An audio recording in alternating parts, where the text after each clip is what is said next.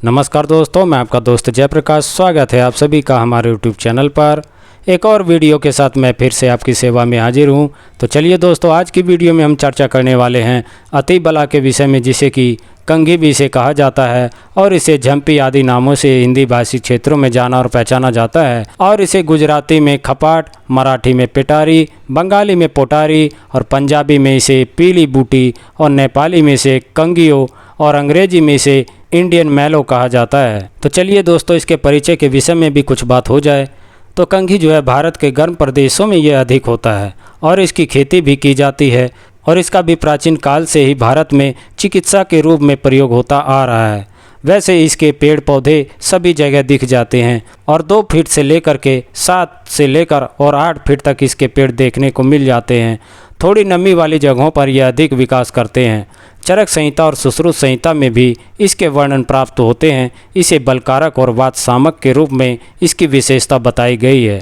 और जो इसमें तत्व पाए जाते हैं वह एमिनो, ग्लूकोज, फ्रक्टोज, गैलेक्टोज, कैरियोफिलिन आदि पाए जाते हैं। और अगर इसके गुणों की बात करें तो अति बला लघु, शीतल, कटु, मधुर, चिकनी होती है और यह वीरवर्धक, बलकारक, कांतिवर्धक, आयुवर्धक होता है। और यह प्यास की अधिकता और विष, ज्वर, वमन, प्रमेह, कृमि, दाह नाशक होता है। तो चलिए जो है कि अब बात करते हैं इसके गुणों के लाभ लेने के विषय में। तो सबसे पहले मैं आँखों के विकारों के विषय में बताना चाहूँगा। तो आप जो है इसके ताज़े पत्तों को लेकर इनका काढ़ा बनाकर और इसको जो है आँखों को आप धोते हैं तो इससे जो आँखों के विकार होते हैं वह ठीक हो जाते हैं। तो चलिए आगे बढ़ते हुए बात करते हैं दांत दर्द के विषय में। तो किसी को भी अगर दांत दर्द की शिकायत हो जाती है तो वह भी चाहें तो इसका प्रयोग कर सकते हैं। आप जो है कंघी को लेकर के और इसका आप काढ़ा बना लीजिए और काढ़ा बनाने के बाद में आप इसका गरारा करते हैं तो इससे जो दांत के विकार होते हैं, जो दांत दर्द होते हैं, वह इससे ठीक हो जाते हैं। तो चलिए दोस्तों, आगे बढ़ते हुए बात करते हैं खांसी की शिकायत होने पर इसके प्रयोग के विषय में।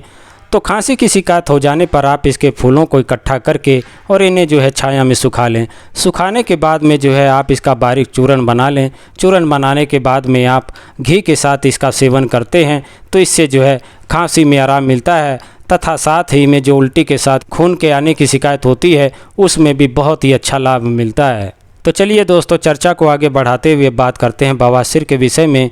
तो बवासीर हो जाने की शिकायत पर भी आप इसका प्रयोग कर सकते हैं। आप जो है कंघी के पत्तों को लेकर के और आप इसका काढ़ा बना लें। काढ़ा बनाने के बाद में आप 10 से 20 ग्राम की मात्रा में अपनी आवश्यकता के अनुसार इसका आप सुबह शाम नियमित पूर्वक से आप सेवन करते हैं तो इससे जो है बवासीर में काफ़ी आराम मिलता है। और परहेज में तीखे खट्टे पदार्थों का आप त्याग कर दें। तो चलिए जो है कि अब बात करते हैं पीलिया के विषय में। तो पीलिया की भी शिकायत कई लोगों में देखी जाती है। तो खान पीन की गड़बड़ी की वजह से भी ये पीलिया की शिकायत हो जाती है तो उसमें भी चाहें तो आप इसका प्रयोग आप कर सकते हैं। आप जो है अति बला के सुबह शाम नियमित पूर्वक से जड़ का चूर्ण लेकर और शहद के साथ इसका सेवन करते हैं तो इससे जो है पीलिया रोग में भी काफ़ी आराम मिलता है। तो चलिए दोस्तों, आगे बढ़ते हुए बात करते हैं मूत्राशय की पथरी की शिकायत हो जाने पर। तो किसी को भी अगर मूत्राशय की पथरी की शिकायत हो जाती है और उन्हें जो है मूत्र करने में काफ़ी कठिनाई और तकलीफ़ सहनी पड़ती है तो वह भी चाहें तो इसका प्रयोग आप कर सकते हैं।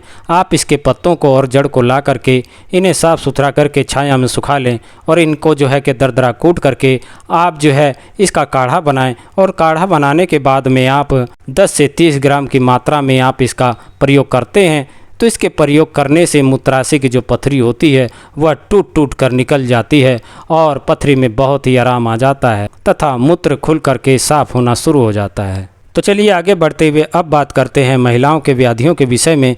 तो जैसे कि रक्त प्रदर की शिकायत होती है तो उसमें भी आप चाहें तो इसका प्रयोग कर सकते हैं।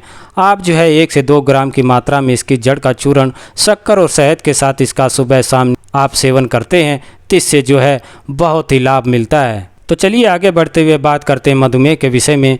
तो किसी को भी अगर मधुमेह की शिकायत है तो वह चाहें तो इसका प्रयोग कर सकते हैं। आप जो है इसके पत्तों को ला करके और इसको जो है छाया में सुखा लें। छाया में सुखाने के बाद में आप इसका महीन चूर्ण कर लें और इस चूर्ण को 1 से 2 ग्राम की मात्रा में आप इसका सेवन करते हैं तो इससे जो है मधुमेह में काफ़ी लाभ मिलता है। तो चलिए जो है कि अब बात करते हैं रसायन गुणों के विषय में इसके प्रयोग के लिए। तो कोई भी अगर इसका रसायन गुणों का लाभ लेना चाहते हैं तो वह जो अति बला का चूर्ण लेकर और शहद तथा घी के साथ सुबह शाम नियम पूर्वक से 1 साल तक इसका प्रयोग करते हैं तो इससे जो है अथाह बल, बुद्धि और याददाश्त की बढ़ोतरी होती है और व्यक्ति काफ़ी बलशाली और कांतिमयी हो जाता है। तो आशा करता हूँ कि मेरा ये वीडियो आपको पसंद आया होगा।